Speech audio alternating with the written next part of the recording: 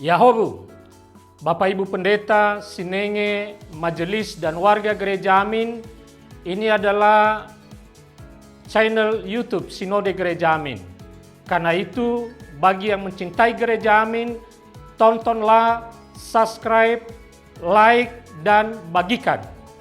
Gereja Amin yang tangguh, mandiri, dan peduli. Tuhan Yesus memberkati.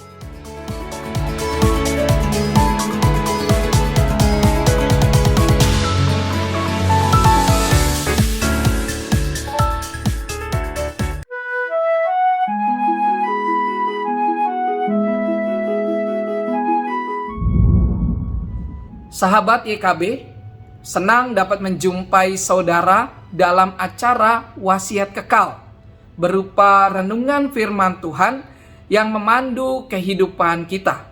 Saya, Pendeta Martinus Stefanus, dari GKI Karet Belakang, Jakarta Selatan. Renungan kita hari ini, Selasa, 7 Januari 2025, berjudul Bergantung kepada Allah. Didasarkan pada kitab Daniel pasal 2 ayat 1 sampai 19. Mari sebelum kita merenungkannya, kita berdoa. Bapa yang penuh kasih, kami bersyukur kepadamu karena Engkau senantiasa menuntun langkah kehidupan kami. Pada saat ini ketika kami hendak kembali lagi merenungkan firman, biarlah Engkau yang menuntun dengan kuasa Roh Kudus-Mu, sehingga ketika kami mendengar dan merenungkan firman Tuhan, kami beroleh hikmat dan pengertian untuk dapat setia merenungkannya dan untuk dapat melakukannya di dalam kehidupan kami hari lepas hari. Tolong kami ya Bapa di dalam perenungan firman Tuhan kali ini. Kami berdoa di dalam nama Tuhan Yesus Kristus. Amin. Yang akan menjadi pusat permenungan kita adalah kitab Daniel pasal 2 ayat 19. Dengarkanlah firman Tuhan. Rahasia itu disingkapkan kepada Daniel dalam suatu penglihatan malam. Daniel pun memuji Allah semesta langit. Demikianlah pembacaan firman Tuhan. Yang berbahagia dari setiap kita yang mendengar dan memelihara firman Tuhan. Umat yang dikasihi oleh Tuhan Yesus Kristus, menurut Sigmund Freud, mimpi adalah manifestasi dari sebuah keinginan yang belum terwujud yang ada di dalam bawah sadar kita. Namun dalam Alkitab, mimpi merupakan salah satu cara Allah untuk menyatakan suatu kebenaran yang akan terjadi. Seperti mimpi Firaun di masa Yusuf. Raja Nebukadnezar sangat gelisah. Ia ingin segera mengetahui apa arti mimpinya.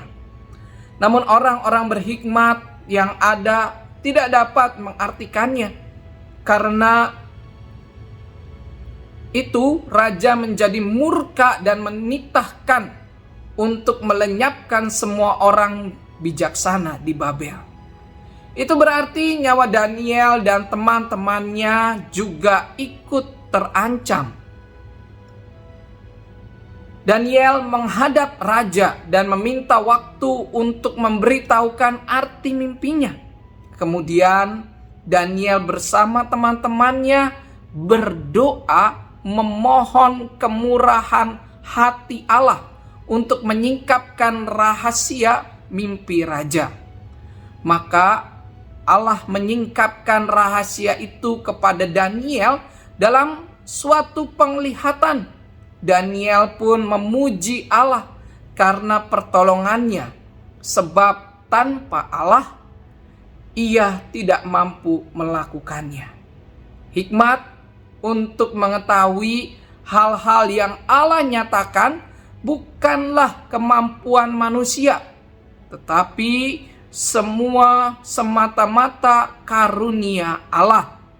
Kita perlu belajar dari Daniel yang berani bukan karena ia mampu, namun karena ia bergantung kepada Allah saja. Kita bisa dipakai Tuhan untuk menyatakan kehendak-Nya ketika kita dengan penuh keyakinan bergantung pada Allah dan memohon pertolongan-Nya. Kita hanyalah alat di tangan Allah. Karena itu yang harus dipermuliakan dan diagungkan hanyalah Allah saja. Mari kita refleksikan. Kita membutuhkan pertolongan-Nya ketika kita mau menyelami maksud dan rencananya dalam kehidupan kita. Mari kita berdoa. Bapa yang penuh kasih, kami bersyukur karena Engkau adalah Allah yang mengasihi kami. Dan kami pun bergantung sepenuhnya kepadamu. Di tengah kehidupan yang tidak selalu baik-baik saja, Engkau Allah mengasihi kami. Dan Engkau Allah juga yang mengundang kami untuk tetap dapat setia tinggal di dalam Engkau. Dengan bergantung di dalam Tuhan, kami beroleh hikmat dan pengertian untuk menjalani kehidupan di dalam kebenaran firman-Mu. Kiranya Engkau menuntun kami, sehingga baik ucapan kami maupun sikap perbuatan kami dapat mencerminkan kasih Tuhan yang menjadi nyata oleh karena iman percaya kami kepadamu. Pimpin dan sertai kami ya Bapa. Kami berdoa di dalam nama Tuhan Yesus Kristus. Amin. Umat yang terkasih di dalam Tuhan Yesus Kristus, demikianlah renungan kita hari ini. Jangan lupa subscribe, like, dan bagikan kepada yang lain. Tuhan memberkati. Amin.